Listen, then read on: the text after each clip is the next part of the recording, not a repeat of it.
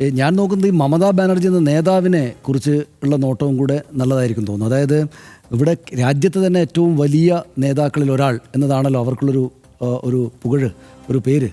അതായത് നരേന്ദ്രമോദിയോക്കെതിരെ പോലും നിൽക്കാവുന്ന അത്രക്ക് ഹൈറ്റുള്ള ഒരു നേതാവ് എന്ന നിലക്കാണ് മമതാ ബാനർജി നമ്മൾ സമീപകാലം വരെയും ചിത്രീകരിക്കപ്പെട്ടത്. സമീപകാലം വരെ എന്ന് വെച്ചാൽ ഇപ്പോൾ ഈ തെരഞ്ഞെടുപ്പ് വിധി വരുന്നവരെയും അതങ്ങനെ തന്നെയായിരുന്നു. പക്ഷേ ഈ തോൽക്കുമ്പോഴാണ് നേതാക്കന്മാരുടെ ക്ഷീണകാലം അല്ലെങ്കിൽ അവരുടെ ഉള്ളിലുണ്ടായിരുന്ന അതോടൊപ്പം തന്നെ ഉണ്ടായിരുന്നു അവരുടെ ക്ഷീണവും എന്ന് നമ്മൾ മനസ്സിലാക്കുന്നത്. അവർ വലിയ നേതാക്കളായിട്ട് കാണുമ്പോൾ വലിയ ഗംഭീര നേതാക്കളാണല്ലോ എന്ന് തോന്നും. പക്ഷേ തെരഞ്ഞെടുപ്പിൽ തോൽവി ഉണ്ടായിട്ട് പിന്നെ നമ്മൾ നോക്കുമ്പോൾ ആ ആൾ തന്നെ അങ്ങ് വീക്കായിട്ടിരിക്കുന്നതായിട്ട് കാണും. എന്ന് മാത്രമല്ല അവരുടെ കൂടെ ഉണ്ടായിരുന്ന ആളുകൾ തന്നെ അവരെ തള്ളിപ്പറയുന്നതായിട്ട് കാണും. അതിപ്പോൾ എല്ലായിടത്തും നമ്മൾ പലയിടത്തായിട്ട് കാണുന്നത്. നമ്മൾ വലിയ നേതാവായിട്ട് കാണുന്ന ആളിപ്പോൾ ഈ ചില പേർക്ക് തോന്നും ഈ വലിയ കെട്ടിടങ്ങൾ പോലെയാണ്, ഒരുപാട് കാലം പഴക്കമുള്ള കെട്ടിടങ്ങൾ പോലെയാണ് വലിയ നേതാക്കൾ.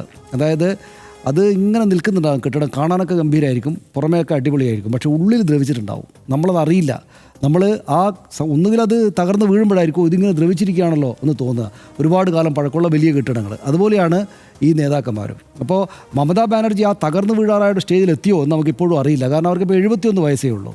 ഇപ്പോൾ അവരെ മാത്രമായിട്ട് പിൻ പോയിൻ്റ് ചെയ്തിട്ട് സുവേന്ദു അധികാരി മത്സരിച്ചിട്ട് ഈ ഭവാനിപ്പൂരിൽ അവർ തോറ്റു. അവർ നിർണായകമായിട്ട് അവിടെ MLA എന്ന സ്ഥാനം പോലും കിട്ടാത്ത വിധം തോറ്റതാണ് ശരിക്കും ഈ ഇപ്പോൾ നമ്മൾ കാണുന്ന തൃണമൂൽ കോൺഗ്രസിൻ്റെ വലിയ തകർച്ചയ്ക്ക്, ഇപ്പോൾ തെരഞ്ഞെടുപ്പ് അനന്തര തകർച്ചയ്ക്ക് പ്രധാനപ്പെട്ട കാരണമായത് അവർ വ്യക്തിപരമായിട്ട് തോറ്റുപോയതാണ്.